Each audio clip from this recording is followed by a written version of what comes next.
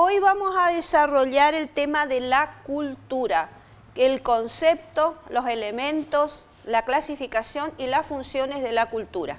Bueno, tomando a Biancucci como libro de cabecera, él dice que la cultura es una unidad compleja. ¿Ustedes vieron el concepto de cultura con el profesor Castiñeira?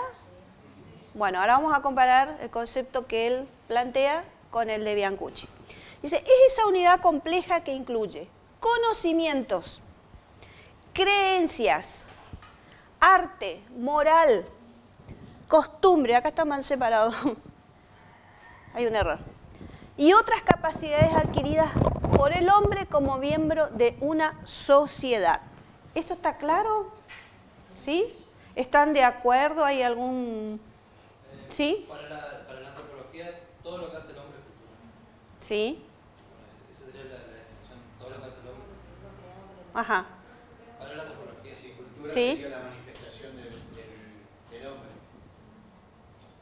Y bueno, se habla también de la construcción colectiva. A ver. Y por eso también se habla de la construcción colectiva. La cultura es una construcción colectiva. Sí. Cuando comenzamos en el primer módulo y hablábamos del pensamiento filosófico, de la reflexión social que tenían los filósofos, ya los filósofos de la antigua Grecia, ellos planteaban de alguna manera que era una construcción colectiva, porque cuando decían, afirmaban que el hombre vivía en sociedad, desde aquella época entonces ya, tal vez no conceptualmente, digamos, como se expresa ahora, ¿no? Una construcción colectiva, pero los primeros...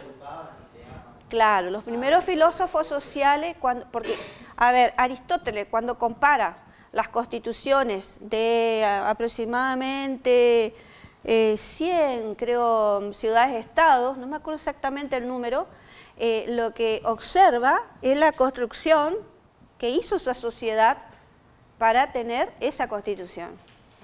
Es decir, no es, inclusive hoy, si uno observa, no solo desde el punto de vista jurídico, una constitución, que es la norma máxima de un Estado, no es la expresión del que escribe, es la expresión social, es la construcción colectiva, es decir, la ley tiene que expresar lo que sucede, es decir, lo que demanda esa sociedad.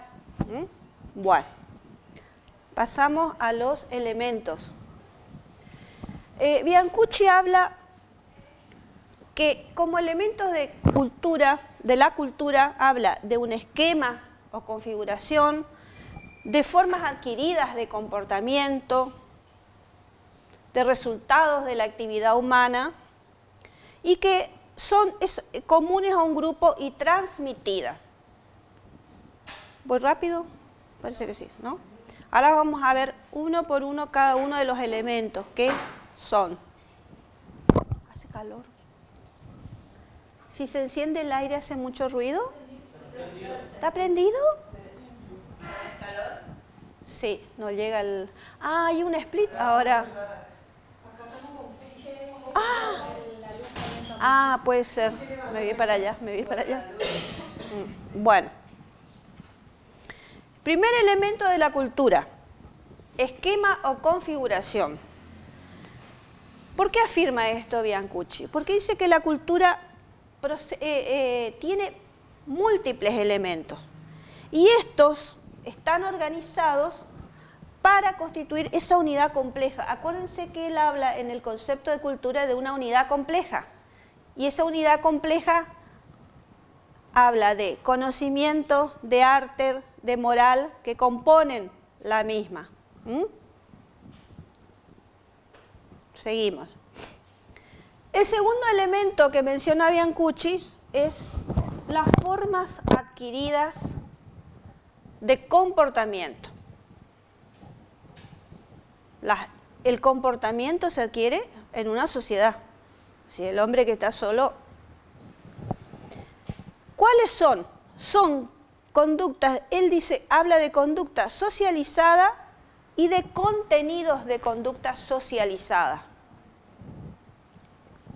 La conducta socializada, ¿qué son? Son las maneras de obrar de esos individuos que viven en sociedad, pero que están fijadas por el grupo, y que constituyen, dice, verdaderos modelos de conducta. Por ejemplo, las normas, las costumbres, los usos. ¿Podemos incluir ahí las normas jurídicas?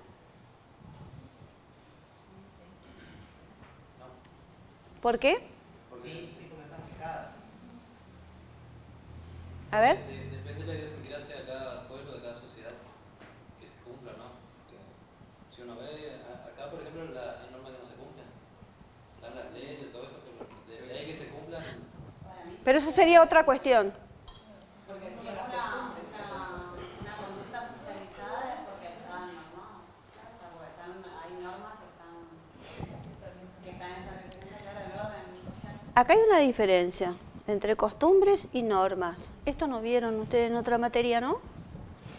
La diferencia, sobre todo, bueno, existen normas morales y normas jurídicas. Las normas morales son aquellas que van a ser, tienen, entre comillas, una sanción, y después vamos a dar un ejemplo, que parte del grupo al que pertenece ese individuo que transgrede esa norma moral. Por ejemplo, Normas implícitas. ¿cómo? Normas implícitas de comportamiento. Claro, por ejemplo, el más elemental, el saludo. En el barrio, los vecinos, y comentan, y se enojan si uno pasa de largo y no saluda, ¿no? O cuando llega al trabajo, el saludo es la costumbre más arraigada, ¿no? No se me ocurre otra, no sé, ¿ustedes a ver otro ejemplo? ¿Normas? Moral, norma moral. Y andar vestido. Es una norma moral. Sí. Porque si estamos desnudos, confesa. Es una norma. Por eso digo que pero son normas implícitas, normas jurídicas. Sí. No, después vamos a ir a las normas jurídicas. Pero habría que definir entonces lo que es norma. O sea, Darle el asiento a una persona mayor en el colectivo, por ejemplo. La norma es una regla de comportamiento que hay que cumplirla. Si es moral, la sanción, entre comillas, vuelvo a repetir, va a provenir del grupo donde se desenvuelve. La diferencia con la norma jurídica es que la sanción tiene sanción. Es decir, si yo cometo un delito, tengo una sanción, no es disciplinaria. Es decir, la sanción es una pena, una condena.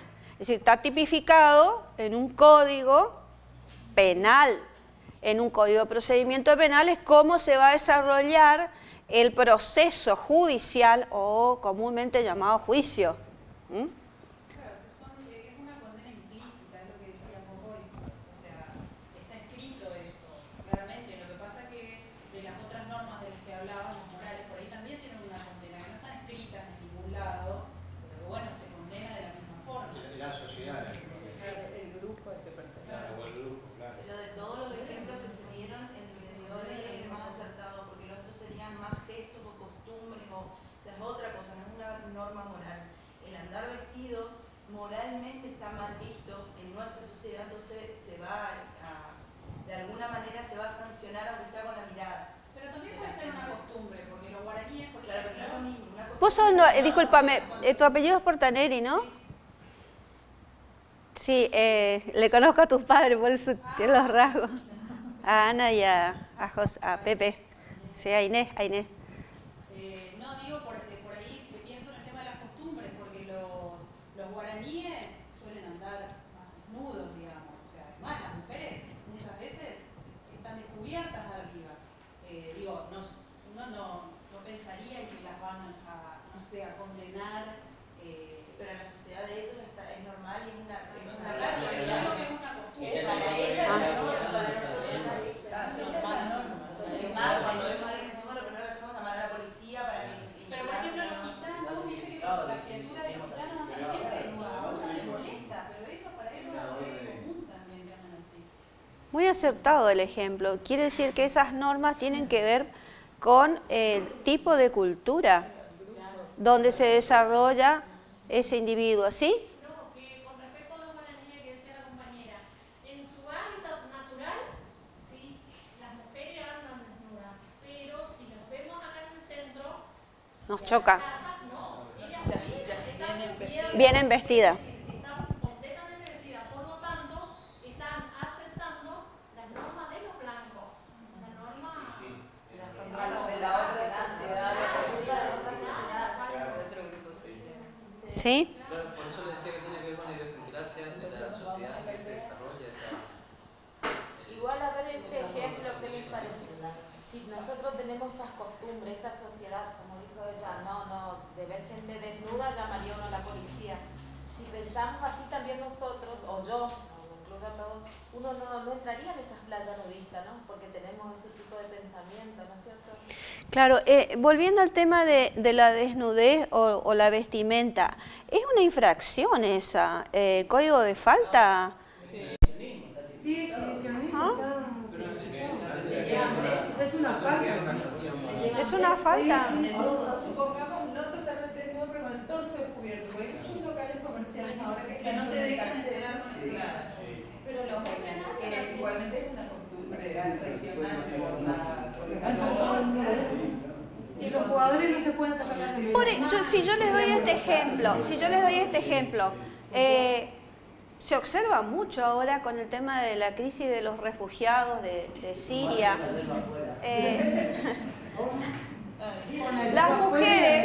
Las mujeres sirias, todas están cubiertas por un velo.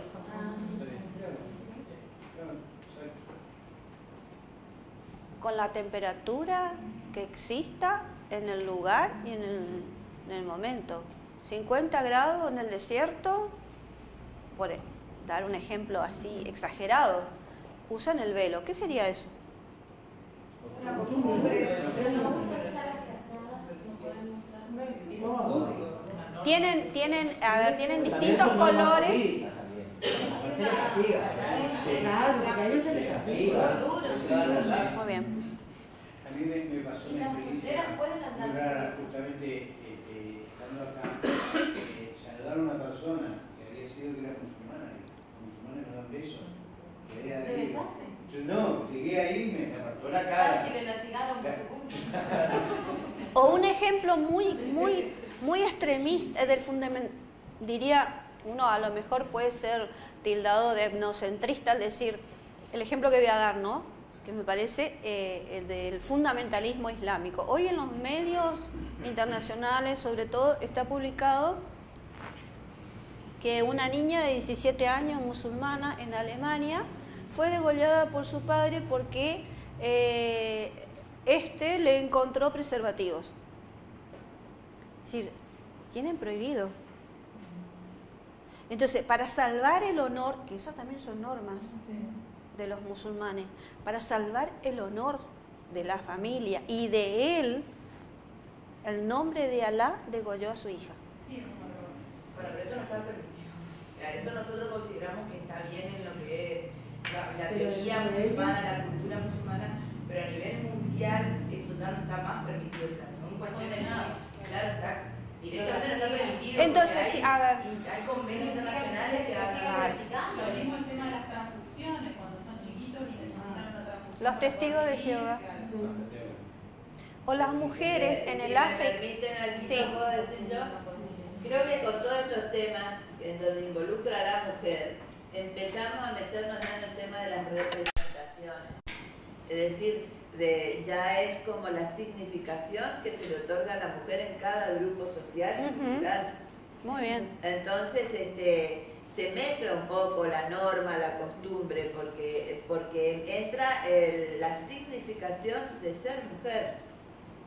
Por ejemplo, para nosotros, si vamos allá a la de abajo, a la conducta socializada, fue una construcción que se fue haciendo a través del tiempo, es decir, cómo la mujer pasó a ser una persona del interior de la casa y el hombre fue el que salía hacia afuera, salía a buscar la mantención, salía a buscar el salario y la mujer quedó adentro de la casa.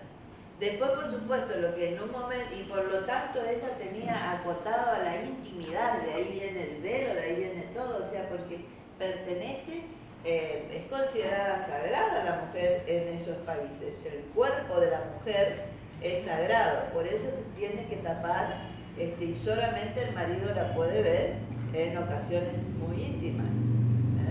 Entonces, esas normas devienen de representaciones que se tiene sobre la mujer.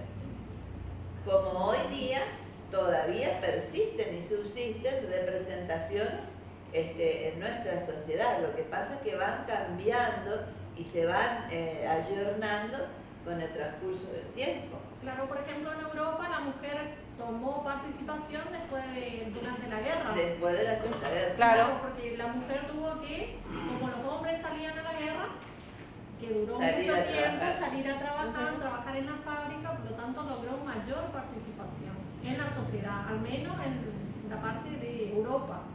Un ejemplo también de lo que decía Olga de la representación que tiene la mujer en la sociedad, ¿no? En Arabia Saudí todavía está prohibido que las mujeres conduzcan automóviles. Sin embargo, yo escuchaba hablar a la vicepresidenta, tiene dos, creo, vicepresidentes, Irán, ¿no? Y le hacían una entrevista en un canal que da noticias de Europa en español.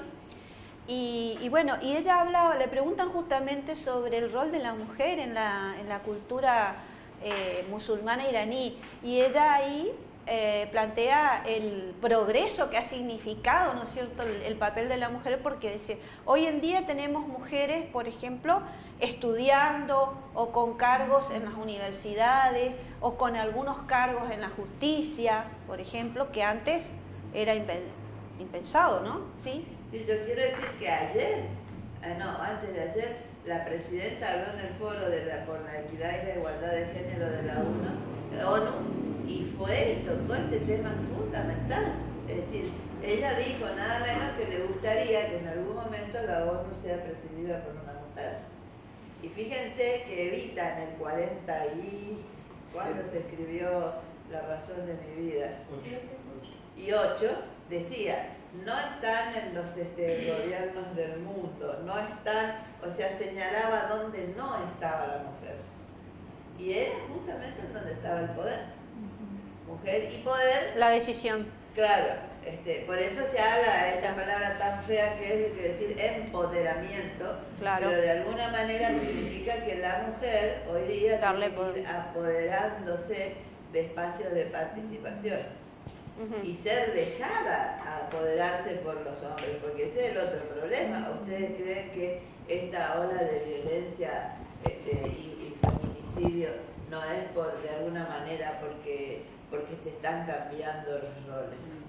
Hay una especie de agresión tremenda de los hombres hacia una situación femenina que se está dando. Sí, porque la mujer empieza a dejar de ser objeto para ir transformándose en sujeto. No quiero decir con esto que esté totalmente a la par del hombre. Por ejemplo, hace 2 días salió que las mujeres a igual trabajo cobran menos que los hombres. Todavía. También hay una publicación de los españoles una encuesta, ¿no? El resultado de una encuesta que opinan que las mujeres que no tendrían que ocupar lugares como científicas, ¿no? Que tienen, no me acuerdo el porcentaje, pero un porcentaje muy inferior con respecto a la presencia del hombre en los ámbitos científicos. España, Europa. Bueno, entonces la conducta socializada son maneras de obrar fijadas por el grupo que constituyen normas, costumbres, usos. Otra forma de adquirir el comportamiento, según Biancucci, son los contenidos como es conducta socializada. Por ejemplo, dice, las representaciones, las opiniones, los prejuicios, las tendencias, que son los sentimientos y los impulsos. Un ejemplo, prejuicio, es lo más fácil para ejemplificar. ¿Cómo?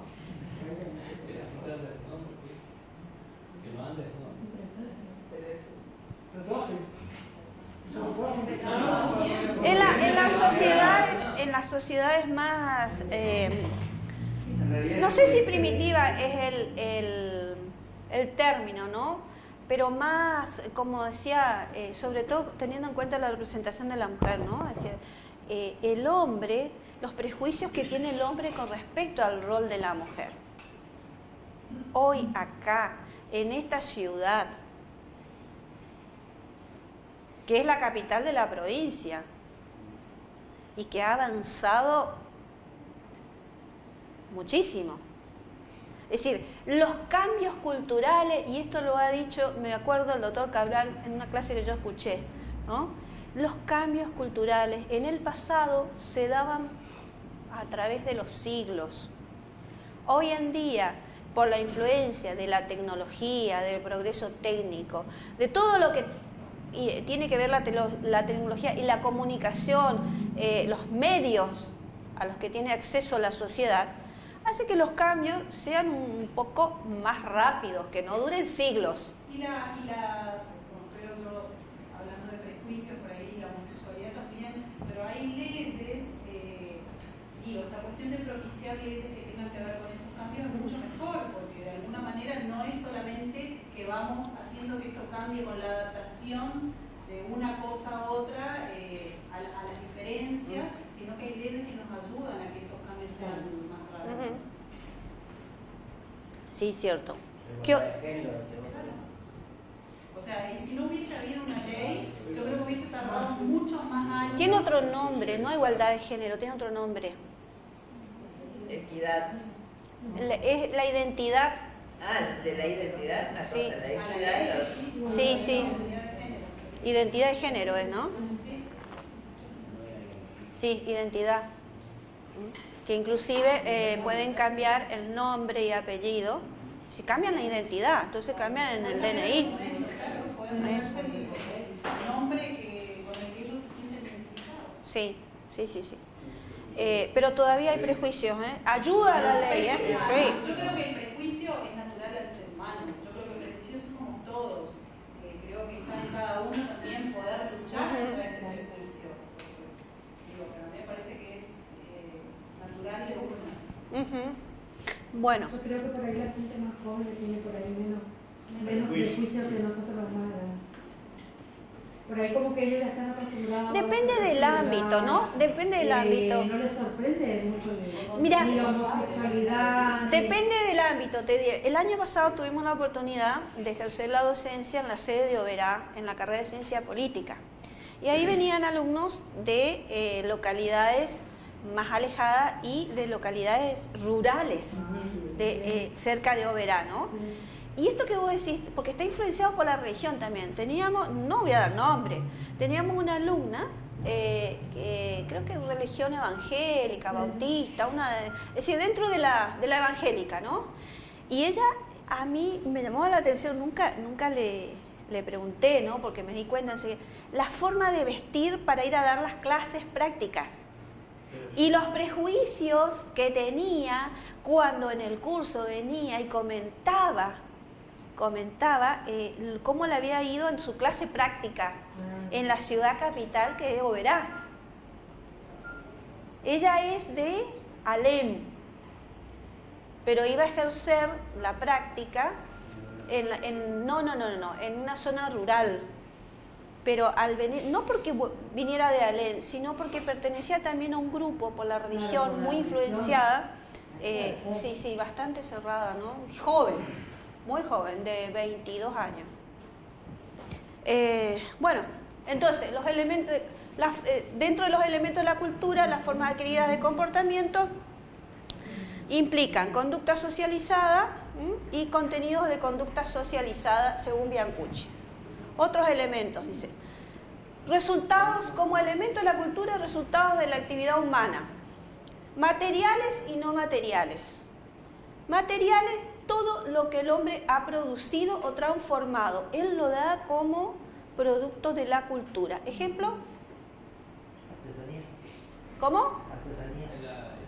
Puede ser.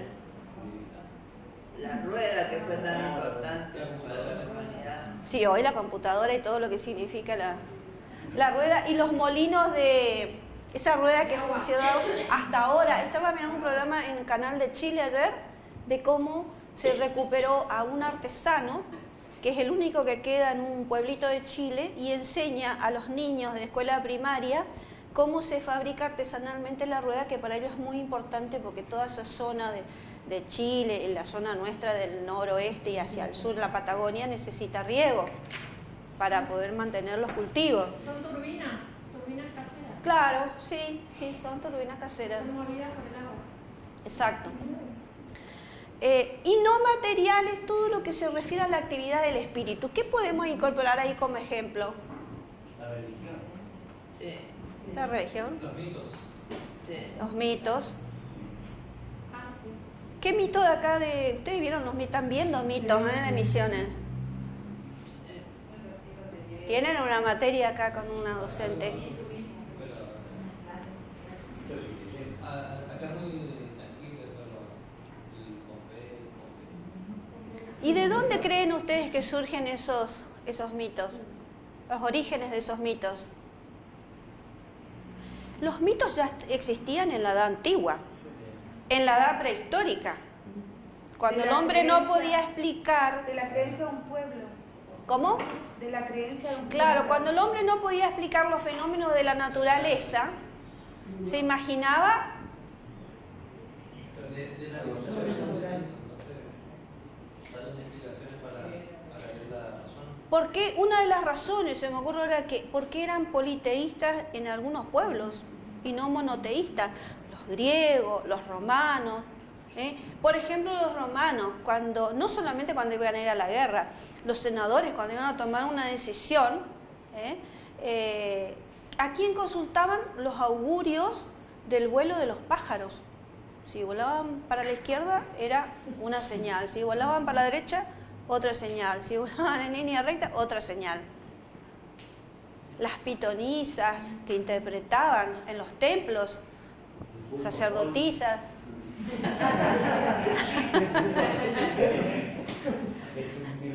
Sí, después inventaron otro para el Mundial de Brasil, no era el pulpo, no me acuerdo cuál. Ese fue el más famoso por el que más le pegó. Después lo demás le pegaba. En realidad era famoso porque acertaba. En realidad era un pulpo para ganar plata. Porque apostaban. Sí. Bueno. Entonces, dimos el ejemplo de materiales, de no materiales. Comunes a un grupo y transmitidas. Elementos comunes a un grupo y transmitidos. Elementos de la cultura. Lo que es característico de uno o varios solamente, pero no es un rasgo para los del grupo o sociedad. No es cultura. Esto es más, con más vueltita. Lo que es característico de uno o varios solamente, pero no es un rasgo para los del grupo o sociedad, no es cultura. ¿Qué es característico, por ejemplo, de un grupo? Un ejemplo. Los inmigrantes por ahí que tienen costumbres, por ejemplo, alemanes, polacos. Es para un grupo, para toda la sociedad. A ver, de uno. Una cruz, un símbolo. La escarapela. Bueno, esos son símbolos patrios, sí. El mate. No todas las culturas toman mate. Bien. Muy bien. Y la más autóctona. Muy bien. ¿Quién fue el que dio el ejemplo? Muy bien. Bueno, seguimos. ¿Cuáles son las características de la cultura según Biancucci? Es aprendida en el medio ambiente. Y ahora vamos a ver más adelante en la clasificación cómo esta antropóloga Margaret Mead, creo que se pronuncia, ¿no? Cuando habla en una de las clasificaciones y dice que hacen falta 3 generaciones para que sea transmitida la cultura. Es acumulativa, es decir, se va dando por etapas, no es mágicamente de una sola vez. Es satisfactoria, porque satisface las necesidades de ese grupo. Es integrativa, porque bueno, integra, valga la redundancia, todo el grupo. Y es significativa porque le da significado, eso es lo que tiene la cultura como característica. ¿Qué le daría significado? Es decir, el mate le da significado a nuestra cultura. Hoy hablabas, Olga, vos de legado regional, ¿no? Estamos comentando de que algunos de los alumnos habían viajado por legado regional. ¿Alguien más hay del Centro de Conocimiento aquí?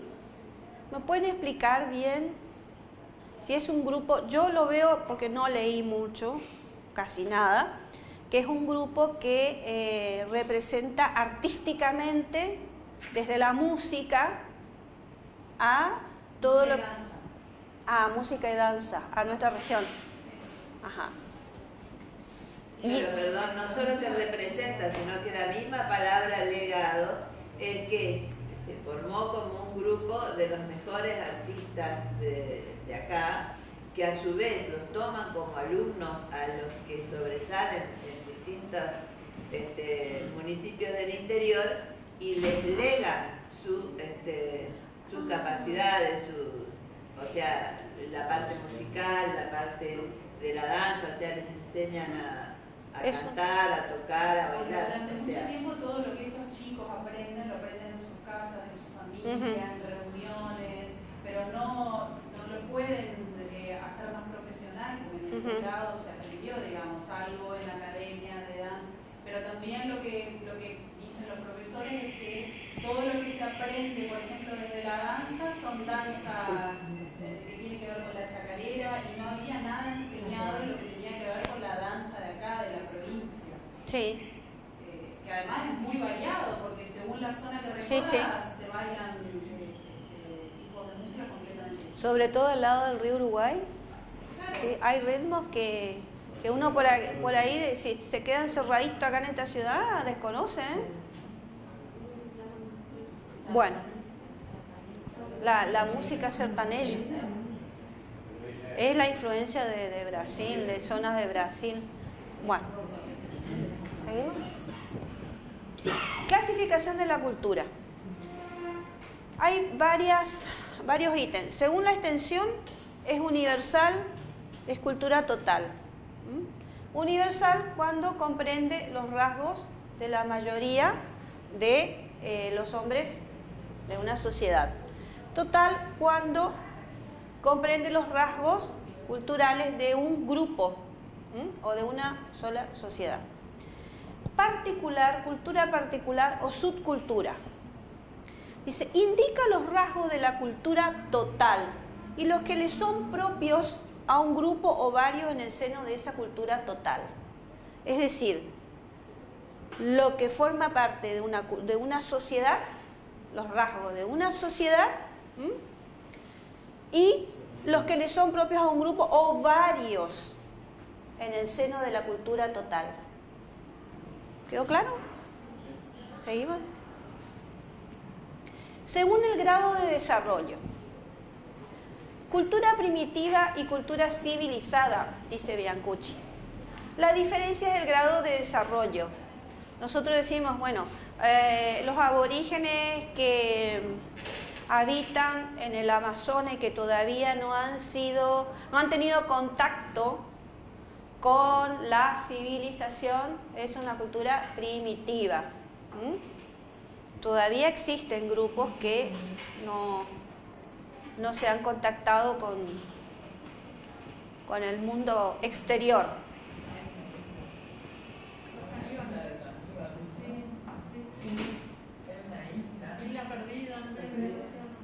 ¿Ahí en el Amazonas? No, en el océano. Ajá. ¿Sí? Esa es la visión evolucionista. Está europeizada, o sea, A ver. No, porque supuestamente toda cultura, todo, claro. No hay alta cultura y baja cultura. Bueno, sí, porque con ese criterio podían decir los españoles cuando vinieron, por fin nos descubrieron, dijeron, dicen Lelutier, ¿no? Pueden decir, sí, no, pues están en las crónicas y en los relatos. Sí, porque nos encontramos con culturas primitivas. Cuando las culturas de América Latina, sobre todo las grandes civilizaciones, los mayas, los aztecas, eran muy avanzadas. Habían otros que tenían menor desarrollo, que habitaban más hacia el sur de América Latina. Y bueno, ellos tuvieron una ventaja que fue la cera, ¿no? Y la enfermedad que traían. Sí, la espada. La cultura civilizada, dice Biancucci, es la que sistematiza la vida exterior a través de procedimientos técnicos. Le llama, y también puede ser una visión europeizante, ¿no? Porque en ese sentido, entonces, si nosotros, por ejemplo, no transformamos técnicamente nada, si no producimos nada técnicamente como América Latina o como Argentina, no somos cultura primitiva para ellos, ¿no? Con ese concepto. Es decir, hasta que no producimos, se me ocurre ahora como ejemplo, el satélite ¿cómo se llama? ARSAT. Y bueno, éramos una cultura primitiva en ese aspecto. Bueno, para ciertas culturas todavía nosotros somos una cultura primitiva. Pero mirándolo desde el lado del país, es la mirada que por ahí puede llegar a tener Buenos Aires. Nosotros. Lo que tenemos nosotros acá en Posada con la gente del interior. Sí. No, pero el concepto de cultura que impera en la sociedad es el concepto europeo, evolucionista, positivista. La cultura sería la máxima evolución y desarrollo de la sociedad. Y al decir evolucionista también podríamos arriesgarnos a decir que en esa cultura se adapta al que es más apto. Sobrevive el más apto, como el ejemplo ese que yo les daba de la sobrevivencia de los cerebros más aptos. Wow. La cultura alfabeta y no alfabeta, bueno, esto es a simple vista, ¿no? Es decir, si saben escribir o no saben escribir y leer, es la diferencia, ¿sí? Según el carácter dominante, dice sensista, racional e idealista. Sensista hace referencia a los sentidos. Dice criterio según predominan los sentidos, la razón en el caso de racional o rasgos culturales que implican algo de ambas. Idealista. Según la institución dominante. Hay culturas en las cuales domina una institución básica, y ahí da como ejemplo Biancucci, por ejemplo, en Roma, la institución básica que se impuso, sobre todo en el Imperio Romano, fue la institución política. En la Edad Medieval, la institución que se impuso fue la religiosa. ¿Se acuerdan cuando vimos pensamiento? ¿Sí? Que vale tener en cuenta, en época de Jesús ya existía, fue el primer censo en Roma. ¿Cómo? El primer censo fue censado. Sí, y también vale la pena, ¿no?, recalcar o resaltar que no era solo política, sino también que ellos tomaban en cuenta la parte censitaria, cuánta población tenía y dónde votarían la población. Claro, pero la institución política me refiero a ver, ¿cuáles eran las instituciones que imperaban en el... como algo así como los organismos del Estado, los que gobernaban, ¿sí? Tenían, por un lado, el Senado, ellos continuaban con esa costumbre de los griegos, y otro tipo de instituciones. Eso le preguntaríamos en detalle a los docentes de historia, que es su especialidad. En China, antes de la guerra, ¿qué guerra se le...? ¿Ustedes vieron? Sí, ven con el doctor Cabral también, historia, integración, con el profesor Tami, la del opio. ¿Aproximadamente qué año fue? Indochina, una película muy linda que no me acuerdo el nombre, con esta actriz francesa que se desarrolla durante la dominación francesa en Indochina. Catherine Deneuve, que era propietaria de plantaciones. Y bueno, ya dijimos, y entonces antes de la guerra era la familiar, era la institución familiar. ¿Seguimos? Según la dirección, cultura prefigurativa, cofigurativa. Es prefigurativa, es la que mira hacia el pasado para entender el presente. Y esta es la que yo le decía que depende de 3 generaciones y que el niño aprende de sus mayores. Y esta es la cultura, si ustedes prestaron atención a los discursos del Papa en su visita a Cuba y sobre todo a Estados Unidos. Porque los discursos, según el ámbito, no fueron tan pastorales, fueron políticos. Y él habla de una cultura, sin decir así, ¿no? De una cultura prefigurativa cuando habla, dice, no se olviden de cuidar y de respetar a los ancianos y a los niños. Y explica por qué. En todos sus discursos, no solamente en esta gira, ¿no? La cultura cofigurativa reside en la conducta de los contemporáneos, es decir, que no va a necesitar de que los mayores le transmitan a los menores. Y da como ejemplo, dice, por ejemplo, y esto sucede, cuando la generación joven tiene una cultura, una experiencia totalmente inversa, diferente a los mayores. Si me permitís, ¿sí? Lo que está sucediendo ahora con el tema de la revolución tecnológica. Es decir, que los niños superan a los padres y los alumnos superan a los maestros, porque tienen, ellos son nativos digitales y todos nosotros somos lo que dicen inmigrantes digitales. Es decir, un niño de 2 o 3 años maneja ya o alfabetizado digital. Y eso pasa en cada época, porque estaba pensando mientras vos daba el ejemplo, nosotros en nuestra adolescencia y niñez también, en algunos aspectos, superábamos a los mayores, a lo que ellos traían, digamos, como sí, pero como vos baje. dijiste en algunos aspectos. Acá claro. Esto es una inmersión diferente sí.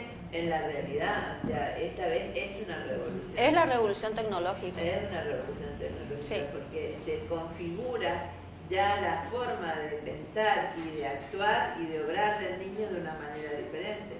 La agilidad, por lo menos instrumental y mental que tienen hoy los niños es algo que yo no me acuerdo sí. De haberla tenido. Es decir, nosotros que jugábamos al dominó, a jueguitos manuales muy elementales y hoy día ellos pueden manejar cualquier celular de los padres con sus jueguitos, sus cosas. Es decir, tienen una la instrucción nuestra era diferente y porque la instrucción nuestra era diferente y los elementos, las herramientas que teníamos eran diferentes, la transmisión era diferente porque no existía esta revolución, por eso el conocimiento y el aprendizaje era diferente y la comunicación, claro. Y los lazos familiares, los lazos sociales también porque por ejemplo los docentes nos piden que nos actualicemos en el manejo de las TICs en el aula, porque las clases magistrales en el aula no van más. Es decir, el PowerPoint sería como lo más primitivo dentro del manejo. Hay infinidad de herramientas para trabajar en el aula.